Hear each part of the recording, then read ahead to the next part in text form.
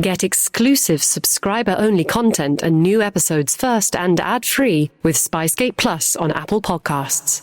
Disclaimer: this episode contains strong language and references to self-harm.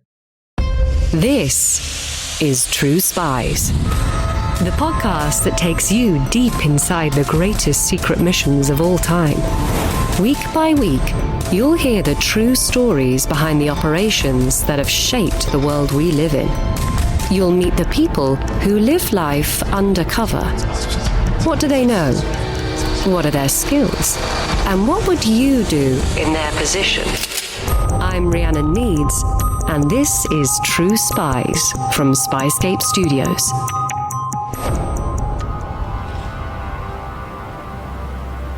It's May 25th, 1951. A rented, cream-coloured Austin A70 skids to a halt at a dockside in the port city of Southampton, on England's south coast. It's just before midnight. The streets are poorly lit, and at this hour, mostly deserted. A handsome, if slightly debauched-looking man gets out of the driver's seat. He indicates for his passenger to exit the vehicle. The passenger steps onto the docks and breathes in the fresh sea air. He is fairer, harried-looking and distracted. A couple of hours earlier, he was eating birthday supper with his wife and measles-stricken children in their suburban home, just outside London. Both men light cigarettes to calm their nerves. The darker one offers the other his hip flask. His companion happily takes a swig. His hand shakes from years of alcohol abuse. It was usually whiskey or cognac. As consumption increased, so the quality decreased, if memory serves me. The dark-haired man with the hip flask is Guy Burgess. The fair-haired man is Donald MacLean. Both are high-ranking diplomats, and both men have been feeding secrets to the Russians for years. But their time is up. MacLean has been unmasked by British intelligence. Burgess is convinced he's next. They hurriedly walk up a gangplank to a ferry bound for France. From there, they will travel to Switzerland, Prague, and then Moscow. Neither would set foot on British soil again. They were now defectors. Which is when all hell broke loose. No one outside intelligence circles knew that the men were Soviet spies, but inside the corridors of Britain's secret intelligence service, known as SIS, and the domestic service known as MI5, a seismic explosion had just been detonated. These two respected diplomats, who'd had access to highly classified material for years, had been exposed as traitors. With MacLean and Burgess escaping so close to being apprehended, there was no other explanation for their sudden disappearance. Someone on the inside must have tipped them off. The higher-ups had been left scratching their heads. There had to be a third man. No one was closer to Guy than me. It was therefore only a matter of time before someone pointed the finger. At the time, Philby was in Washington, where he was working as chief liaison between British intelligence, the FBI, and the CIA. This posting has been the crowning achievement in his career as a double agent. A prestigious role at the heart of Washington's elite intelligence network, where domestic and international operations intersect. As soon as I got the news, I left my office and drove straight home, dug out my copying camera, some other bits and pieces that could incriminate me, and buried them in the woods near the Potomac, and waited. And sure enough, within 3 weeks, Philby is summoned home to London. In part 1 of this mini-series, we saw how Philby dedicated his life to infiltrating the upper echelons of British intelligence. But this high-stakes game required absolute discipline, and not everyone in Philby's circle was as cautious as he was. Now, in the second episode, we'll see how Philby faced and survived the biggest challenge of his entire career as a Soviet spy: exposure. This is Kim Philby, Super Spy, Part 2, The Third Man. By 1946, I'd pretty much had everything under control. They gave me a bloody CBE, for God's sake. I was an establishment man. If I was a fool, I'd have said I was unassailable. A CBE, an appointment to the Order of the British Empire, is a prestigious honour, awarded by the government of the day in recognition of services rendered in the national interest. If ever there was confirmation that Philby had succeeded in deceiving an entire country, this was it. The icing on the cake would have been a trip up to Buckingham Palace to get King George to pin the damn thing on me. But alas, it didn't happen that way. There were so many honours flying around that year, they delivered it to me at home.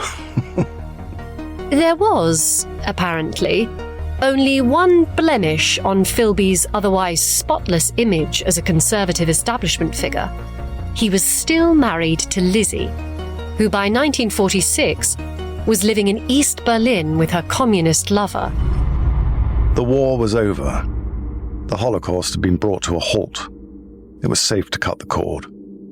Lizzie offered no resistance to the idea, and in September 1946, the Philbys were officially divorced, which was just as well on several counts. Not least because Philby was now living with Eileen Firth and their 3 children, with a 4th on the way. In the spring of 1947, Philby received a new government posting. He was sent to be first secretary to the consulate in Istanbul, Turkey. But in reality, I was there to run the local SIS division. And it's here that a new chink in the Philby armour started to reveal itself. Well, for a start, it was bloody hard to find anyone reliable enough to be an SIS recruit. And the intelligence itself was barely usable. The Turks insisted on filtering the info before it got to me, so a lot of it was worthless. To be frank, it all got a bit dull, and worse, I started to look a tad incompetent. Things inevitably started to stall, with the torrent of intelligence he had up to now been providing for his Russian control slowing to a trickle. But the challenge of sourcing intelligence in Istanbul wasn't Philby's only problem. It was in Turkey that Eileen's situation started to deteriorate. Eileen, who had married Philby a week after his divorce came through, had struggled with mental illness since childhood. Like her husband, she was also a heavy drinker.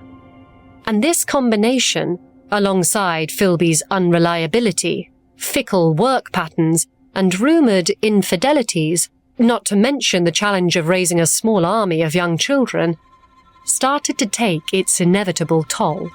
She began having these accidents.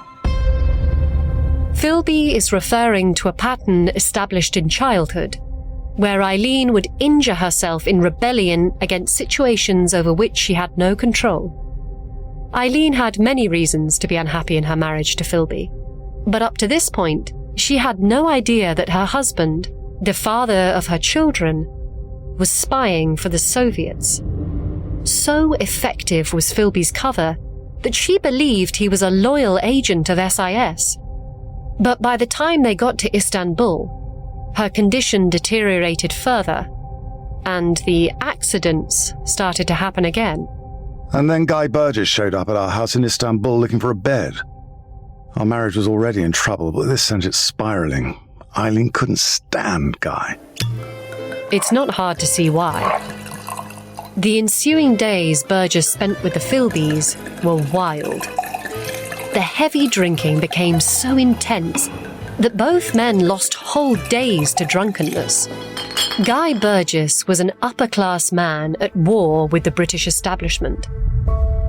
A war he had waged since school for the way he was treated for being openly gay, at a time when being so was punishable with imprisonment.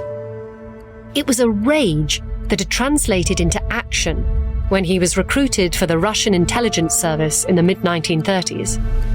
He and Philby had formed a close bond, a risky strategy given that both of them were feeding national secrets to the Soviets.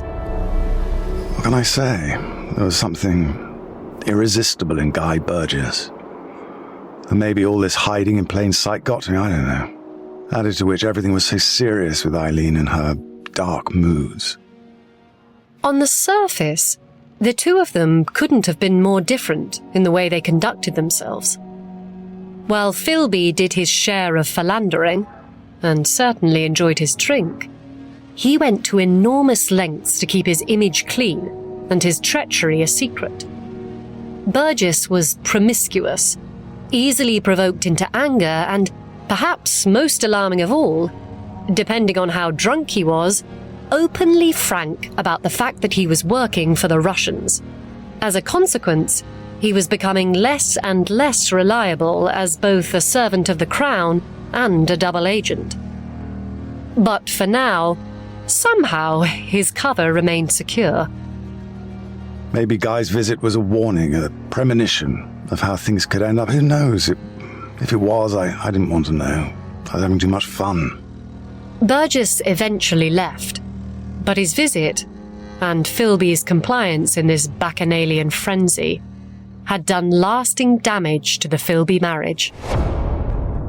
Look, Eileen never liked life in Istanbul. The food, the language, the religion, it was all alien to her. I get it, and Guy was just the last straw, but she was miserable before he showed up, so it's not fair to put it all on him.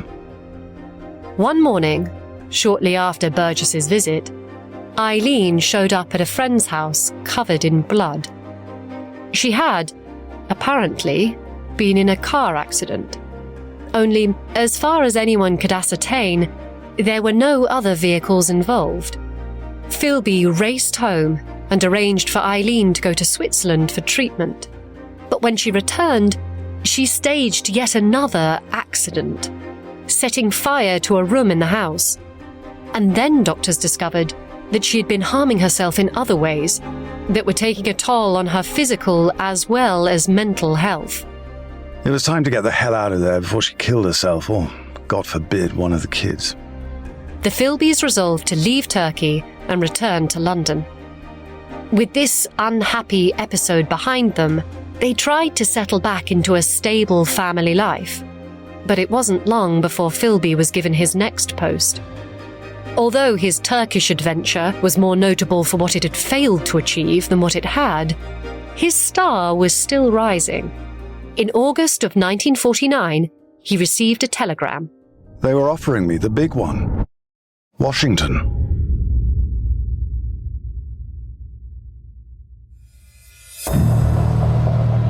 Stationed in the US capital, Philby would have access to intelligence from all over the world, as well as the US policymakers waging Cold War against the Russians.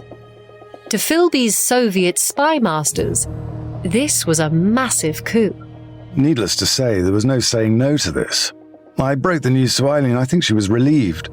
A new start, a life in the land of opportunity and all that. So she said yes, and off we went. It's hard to exaggerate the significance of this new posting. Philby was soon to be rubbing shoulders with some of the most important figures in the history of Western intelligence.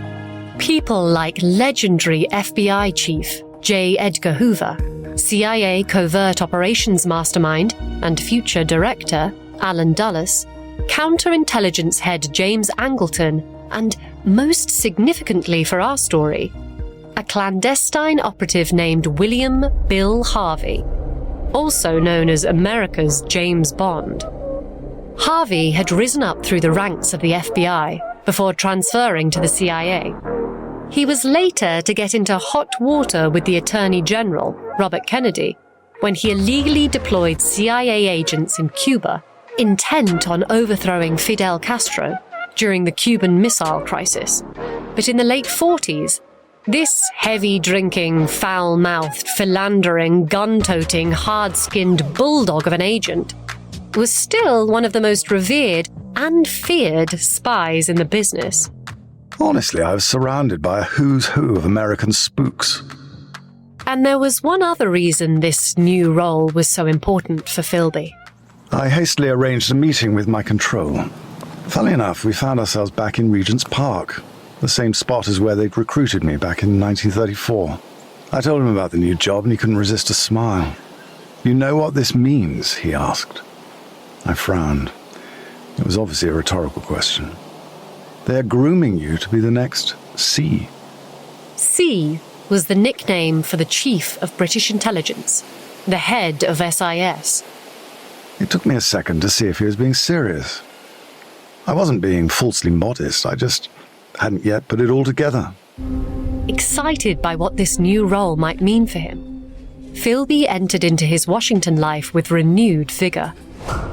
From an office in the FBI building, just a corridor away from Hoover, Philby was, as he'd hoped, plunged into the very heart of US domestic and international spycraft. And he found the CIA agents he consorted with more than willing to collaborate with him. Well, you see, the CIA was so new back then, it was still finding its feet. They had this idea that we were the grand masters of this sort of thing. The Americans made this often completely erroneous assumption that we were clever, that we knew what we were doing. A view I was not about to disabuse them of. In fact, Philby actively cultivated these relationships, both at work and in his private life. He and Eileen became known for hosting lavish, drunken parties in their spacious home on Nebraska Avenue, where the good and the great gathered to let their hair down. Philby's legendary charm had completely bewitched his American counterparts. I remember waking up one morning, looking out of the window and thinking to myself, "This is it, old chap. They can't touch you now. Maybe I really could be the next C." Which is when his Washington career hit its first major obstacle. It wasn't a good time for the CIA.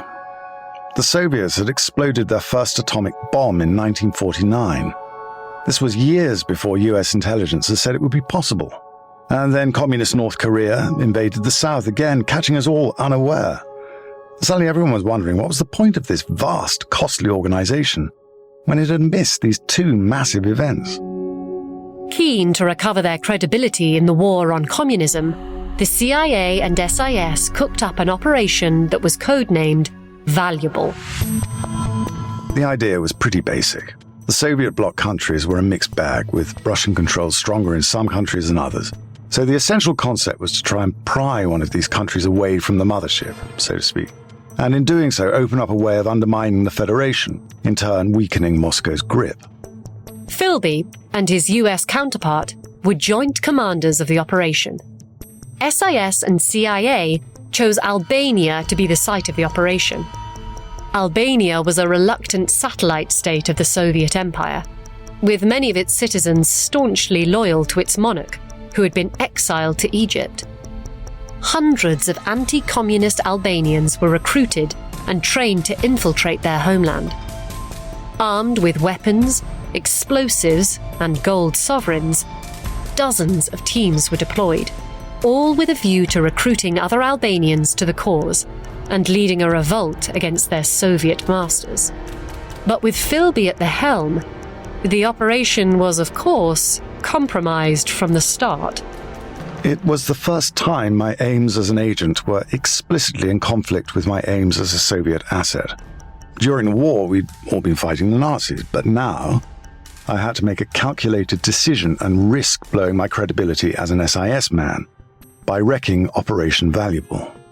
The precise timings and geographical coordinates of the landings all crossed Philby's desk, and he dutifully shared those details with the Russians. As a consequence, every single team that was deployed was either wiped out or captured. 300 SIS and CIA agents were killed in action. Despite all this, Philby remained unrepentant. Two things you need to bear in mind. First, the CIA were posturing as much as anything. I wasn't convinced their heart was ever in this operation. It was strategically flawed and frankly bonkers if you really analysed it. But on top of that, it was perfectly okay with the higher-ups to send these people in, even when they knew that they were getting hammered. So, as far as I'm concerned, its failure is as much on them as anyone. Whatever Philby said outwardly, his 15 years as a double agent were beginning to grind away at his conscience. Not that he saw it that way. His drinking had increased, and he was often too inebriated to let his true feelings in. In fact, it's extraordinary that he was able to function at all, given how much alcohol he consumed during this period. That said, many of the people he knew and worked with were heavy drinkers. In those days, no one really bothered to take the time to ask whether there were any underlying psychological issues informing this addictive and self-destructive behavior. That is, until the summer of 1950, when Guy Burgess wrote to Philby, announcing that he too had been posted to Washington. Burgess was in search of a place to stay and lick his wounds, after being reprimanded by his SIS bosses for his increasingly outrageous behavior. Ah, Guy. His timing couldn't have been worse. And yet, like some Greek play, it was somehow inevitable that he would show up when I least wanted him.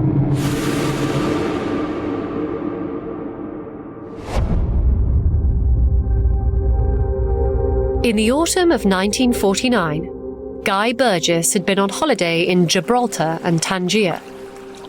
Loose-lipped with booze, he disclosed highly sensitive information to what appeared to be random strangers, which had come to the attention of Gibraltar's defense security officer. An official complaint was made, and Burgess was summoned by his SIS handlers to account for himself. By this time, Burgess's alcohol addiction and indiscreet same-sex liaisons, which were back then illegal under English law, had been a cause of increasing concern to SIS. But Burgess, like Philby, could turn on the charm when he needed to, which most of the time meant he avoided severe sanctions for his outrageous antics. You know, I also think he was so over the top that no one in their right mind would think that he was a spy, even less a Soviet agent. And so it was, once again, that after his missteps on the Mediterranean, Burgess was given another chance. But this time it was decided he should be sent to Washington, where Philby, who was still the star jewel in the SIS crown, could keep an eye on him. The only problem was, Philby had his plate full. Intelligence sources were starting to point to the fact that there were 2, maybe even 3, Soviet penetration agents embedded within SIS. Intelligence that Philby himself was reviewing. The Venona decrypts, as they were known, was an operation to review Soviet intelligence that had been obtained through various sources, including codebooks gathered from a Finnish battlefield. Anyway, to cut a long story short, the Soviets had ballsed it up and duplicated the code key. Hoover's men had busted a Soviet-friendly publishing house in New York and found the key, amongst other bits of intelligence. And in amongst this intelligence, the decryption experts started to pick up a reference to a Soviet penetration agent inside SIS, whose codename was Homer. So you could say the last thing I needed was a drunk, loudmouthed maniac showing up on my doorstep. But that is exactly what happened. To Eileen Philby's horror, in July 1950, Guy Burgess moved into their basement. While Burgess made himself at home, Philby continued to review the Venona decrypts. He could see that a pattern was emerging, a pattern that would lead those who cared to follow it to the identity of Agent Homer, which was something that he knew could blow the entire penetration operation that he and the other Cambridge spies had been running. Which brings us back to Donald MacLean. MacLean was obviously Homer, and if I didn't flag it, someone else would. MacLean, as listeners will recall, was the other man who was to defect with Guy Burgess in May of 1951. But the previous year, when the Venona decrypts were starting to unravel his cover, he was running the American desk at the UK's Foreign Office in London. MacLean, like Philby and Burgess, had been radicalised as a young undergraduate at Cambridge University. He was recruited into the Russian intelligence service soon after. But in recent months, his own rampant alcoholism, brought on by not just the intensity of his spy work, but also the pressure of having to hide his bisexuality, had led to his having a nervous breakdown while posted in Cairo. I met with my Washington control. He told me that I had to save McLean, which I interpreted as get him out. But then he looked at me and made it clear that they wanted McLean to stay in his post. He was too valuable an asset to lose. With the search for Homer ramping up, adding an unruly houseguest to his list of things to worry about was an unwelcome distraction for Philby. But there Burgess was, in the fall of 1950. He had been warned by his bosses in SIS that this was his last chance. And yet, as he stood on the threshold of the Philby residence, clearly drunk, there were no signs that he was in any mood to straighten himself out. And once again, Philby was powerless to resist the lure of Burgess's wild partying. I thought I could keep him under control, but I was wrong. And I'd completely underestimated how much he was already loathed in Washington. Burgess was indeed deeply disliked and mistrusted within the US intelligence community. Chief amongst Burgess's detractors was FBI boss J. Edgar Hoover. Rumors had circulated for some time that Hoover was himself gay. In a world where homophobia was so ingrained in the culture, Hoover was remorseless in his persecution of anyone who insinuated that he was homosexual, which made Guy Burgess's flamboyance in such a buttoned-up world completely unacceptable. But it was another encounter that was to seal not just the fate of Burgess, but of all three of these so-called Cambridge spies. You mean the Libby Harvey incident? Yes, I think that was when the nail was driven hardest into the coffin of mine and Guy's careers. The Philbys were throwing one of their notorious parties at their home.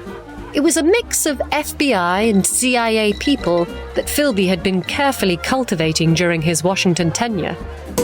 These were the people whose confidences Philby was sharing with the Soviets, so it was imperative that Philby's cover remained spotless. I'd been trying to get chummy with Bill Harvey. This, I might add, was no mean feat. Harvey's reputation for being something of a force to be reckoned with was well earned. He was the only American I knew capable of out-drinking us all. The threat of violence came off him like aftershave. He also carried a gun, which was quite rare in those days, especially in Washington circles. And added to this, he was as sharp as a pin. Bloody terrifying. Anyway, he and his wife had accepted an invitation to one of our soirees. So he and Libby roll up one evening, already half cut as far as I could tell. Then, halfway through the evening, Guy Burgess showed up, blind drunk. Amongst the many things Guy had a reputation for was his talent for sketching. He was quite the draftsman. So Libby Harvey immediately makes a beeline for him and insists he draws her portrait. Another thing Guy was known for, he was appalling with women. Made no attempt to hide his contempt for the whole lot of them. And on top of this, he absolutely loathed Americans. So of course he says no. But Americans are a persistent lot. And soon she's at him again and she won't leave him alone. Eventually, he grabs a pad and paper and starts drawing. Refuses to let her take so much as a peek until it's done. And then, when he's finished, he turns the pad around. In the picture, she's sprawled on her back, naked from the waist down, legs apart. All the colour drains from her face and she crashes out of the party sobbing. Just as they head out of the door, Bill Harvey turns and looks back at me and Guy with, well, murder in his eyes. That's the only way I can describe it. Burgess's stunt was far more than a social indiscretion, and Philby knew it. Philby couldn't afford to risk any negative attention while the Homer situation was playing out. I apologized unreservedly for Guy's conduct. I didn't try to explain it. I was unequivocal. Harvey listened with his head down, smoking. And then, when I'd finished, he looked up. He stubbed out his cigarette, and without a flicker of emotion, he told me to forget it. And I took that to mean it was water under the bridge for both of us. But it wasn't. It was the opposite. He was going to destroy us. Harvey's opportunity came just a few months later. I'd been tipped off that SIS were now onto McLean. Burgess, meanwhile, had continued to prod and provoke his American colleagues. When he managed to pick up 3 speeding tickets in a single day, the governor of Virginia complained that Burgess was abusing his diplomatic privileges. The British embassy, after consulting with London, sent him home.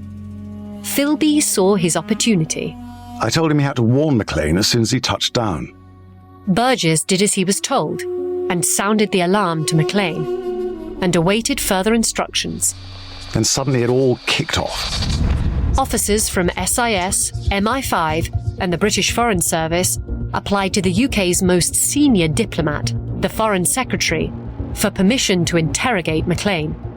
Philby, who was across so many lines of communication, quickly heard the news. I managed to get hold of my control and we arranged to meet. He told me in no uncertain terms that McLean was not to be interrogated. Given his mental state, it was likely that he'd break in minutes. We had to get him out of there. Which leads us back to where we started this episode. Burgess gives McLean his orders, shows up at his family home, and the two of them drive down to Southampton before boarding a ferry to France and making their way to Moscow. Guy wasn't supposed to go with him, but he panics, I think. He knew it was only a matter of time before they came after him, so he defected too. When news reached Bill Harvey of Burgess and McLean's disappearance, his instincts immediately suggested to him that Philby was involved. And so he starts piecing the whole thing together. Harvey was no fool, and fueled by his utter contempt for the lot of us, he hit the jackpot. Now he's convinced. I am a Russian agent.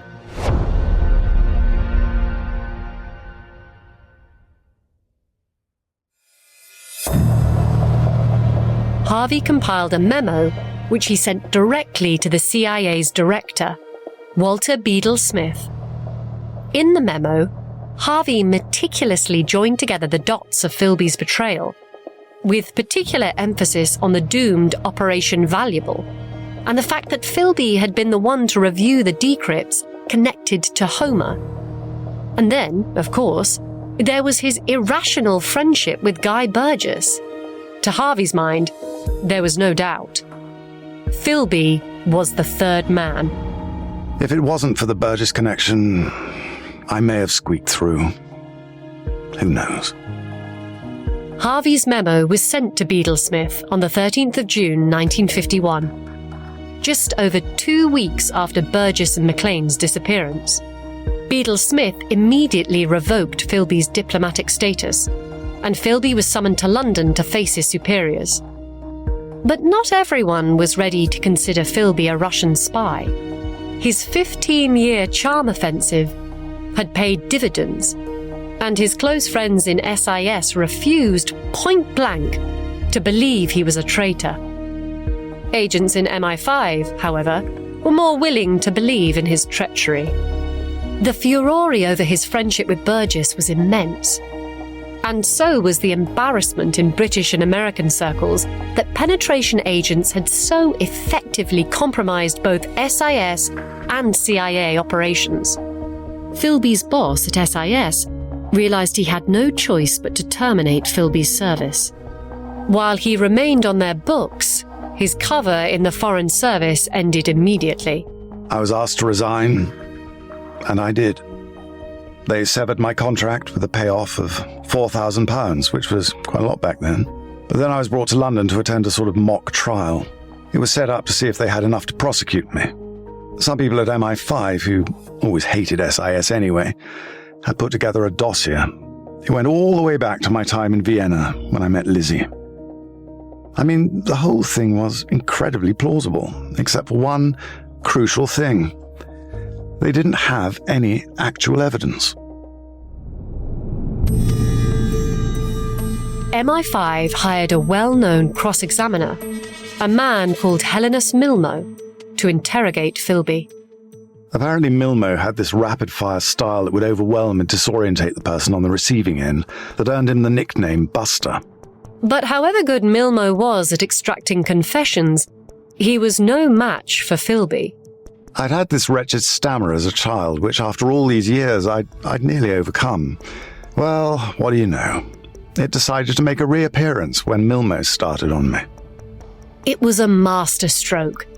Confronted with Philby's stammer, Milmo never managed to build up a head of steam. He had some pretty good stuff up his sleeve. He had breakdowns of increased radio traffic that matched exactly the times when I'd been filing reports to the Russians, that kind of thing. But I knew that to try and disagree or prove him wrong would be a defense that would provoke even more suspicion. So when presented with these coincidences, I just told him I had no idea how to explain them. Milmo eventually threw in the towel. He advised the MI5 officers who'd briefed him that there was nothing on Philby that would stand up in a court of law. Without any incriminating evidence, MI5 had to suspend the case. Philby was isolated and unemployable. He had his severance money to live off, but the real pain of his situation lay in the fact that the Russian service, who he had so loyally fed information to for so long, had also cut him off. As if that wasn't bad enough, Eileen decided to turn me in. Now, fully aware of her husband's secret double life, Eileen was too hurt by the betrayals and the boozing to let Philby off the hook. She wrote a letter to the Foreign Service confirming unequivocally that her husband, Kim Philby, was the third man. And yet no further action was taken. Eileen had no hard evidence, and her mental health issues could well have undermined her testimony. And, as numerous accounts confirm, the affection and loyalty Philby inspired continued to protect him, especially amongst his SIS colleagues. The Philbys remained married and moved to a house in rural Sussex, where the frustrated Eileen began to have her accidents again. On one occasion, she crashed her car into a shop window. I had to get out, but I was trapped. With nothing coming from Moscow, not a peep. I had to sweat it out. But for how long? There were some who refused to give up their quest to expose Philby. J. Edgar Hoover was incensed that the man he was convinced was a Soviet agent should escape unpunished. By now, the period known as the Red Scare was well and truly underway in the US, with McCarthyism ramping up. Anyone with Soviet affiliations was in the firing line. In October 1955, Hoover briefs an American paper to publish my name. This then gets picked up by the British press, and suddenly I'm all over the papers as the third man. This coincided with the Soviet authorities finally admitting officially that Burgess and McLean were now living in Russia. But Hoover had underestimated how much the British hated this kind of American bullying. And we all felt that McCarthy was a thoroughly unpleasant sort of zealot. Dick Brooman White, an ex-SIS colleague of Philby's, was commissioned to write a report for the British Foreign Secretary, Harold Macmillan. Good old Dick. I don't know how much it was fueled by a knee-jerk reaction to Hoover's campaigning to have me locked up, but he made it absolutely clear that the evidence pointed against me being a Russian agent. Armed with this evidence, Macmillan made a statement in the British Parliament declaring unequivocally that Philby was not the third man. But behind the scenes, Macmillan made my exoneration conditional on SIS striking me off their roster. As far as he was concerned, my spying days were over. On the morning of November 8th, 1955, Kim Philby held a press conference at his mother Dora's apartment in the upmarket London district of Chelsea. Barely concealing his relief, Philby repeated the Foreign Secretary's assertion that he was not the third man. But it wasn't like I got off scot-free. I'd lost everything I'd worked for. My wife had gone insane, and my family was about to implode. The only thing that kept me going was the thought that when it all died down again, maybe then I could work my way back into the service. And amazingly, that opportunity did arrive. After a year in the wilderness, Philby's friends at SIS got him a job as a correspondent in Beirut, an area of growing interest to the intelligence service. Philby dutifully went out there, leaving Eileen and his children behind. He quickly fell in love again, and when, in 1957, Eileen died in what some suspected was a suicide, he married for the third time. Slowly, he worked his way back into the ranks of British intelligence, and when he had secured himself a new post, the Soviets once again came calling. But it could never last. In 1961, a KGB agent called Anatoly Golitsyn defected to the West. In his debriefing with SIS, he confirmed what so many had suspected, but none had yet been able to prove: that Philby was indeed the third man. The game was finally up, as they say. My old friend Nick Elliott was dispatched to get a confession out of me. He showed up at my house in Beirut. We had a very civilized chat, and I told him yes, I had been working for the Russian service.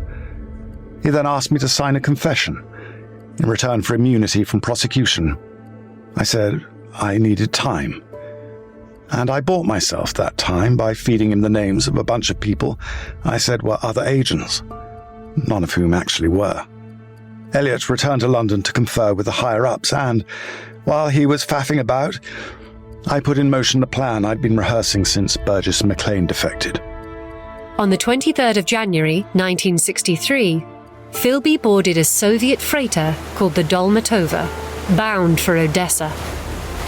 On July 1st, Soviet officials confirmed that Harold Kim Philby had been granted political asylum. I don't think SIS knew what to do with me, in the end. Elliot felt personally betrayed, as did so many of them. But the only people who looked worse than me in this whole affair were the fools who'd been taken in. They didn't help me escape. No. But their endless prevaricating made it much, much more possible. Kim Philby did not receive the hero's welcome he expected when he finally arrived in Moscow. His greatest achievements were well behind him, and his life soon dwindled into a twilight of heavy drinking and further complications in his love life. Eleanor, his third wife, joined him briefly, but soon gave up on the possibility of happiness in the Soviet Union. Philby married for a fourth time, and as Russia finally started to open up in the 1980s, received the occasional guest from his old days, chief among them the author Graham Greene. After a while, I think I lost the capacity to know of any other way to live. I was an agent for the Russian service for the best part of 30 years. I'd been lying for a cause I believed in my whole adult life. Was it worth it? That's for others to judge. Did I regret it? No, I didn't. And I still don't. I believed in a new way of doing things. I still do. I rejected God when I was a young boy. But that's not to say I never filled the void. How else do you think I could have done this if I didn't believe in it wholeheartedly? Harold Kim Philby died at 2 a.m. on the morning of May the 11th, 1988, in Moscow. His heart, which had been captured by a heady combination of Marxist ideology and so many women so often, had finally given out on him. He was given a funeral befitting a national hero, shrouded in medals. The country he had betrayed his own for finally acknowledged the immense contribution he had made to what the Soviets called the Great Patriotic War. Philby's stature amongst Cold War superspies is unparalleled. To remain at large for the best part of 30 years, spending at least 15 of them at the heart of British intelligence, was an incredible feat. He published a memoir in his lifetime, but many felt it was compromised by his KGB handlers who vetted the book. So I decided to write another one. But this time no one was going to get their hands on it. I was going to tell the truth. Philby was writing this secret memoir that Spyscape has since acquired at the time of his death. With the book unfinished, he's still managed to take some of his secrets to his grave. If he had finished the book, we can only speculate as to what may have come out. But even in the sections we have, we sense a man still quite firm in his belief in a better world, and still at peace with the massive betrayal he committed that sent so many to their death.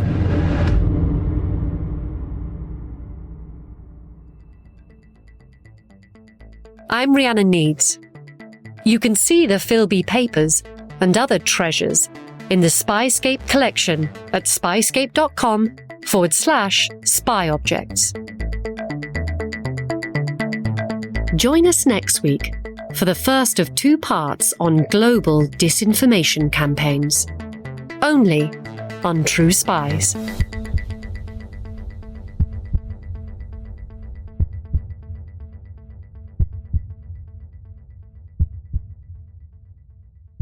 Disclaimer. The views expressed in this podcast are those of the subject. These stories are told from their perspective, and their authenticity should be assessed on a case-by-case basis. If you're enjoying this podcast, please click now to give it a 5-star rating or leave a review. Ratings and reviews help people discover the podcast and help us bring you more great stories. And if you have some time, why not forward the podcast to a friend? The Cold War ended with the collapse of the Soviet Union in 1991. Restrictions on foreign books and films were lifted, and historical records were declassified and released. But the West's economic prosperity never materialized, as promised, in Europe's East. Many citizens of the new Russia became disillusioned by the economic crisis. Rapid privatization, corruption, the First Chechen War, and Premier Boris Yeltsin's very public drinking problem. In the same year, a new name joined the administration, one Vladimir Putin.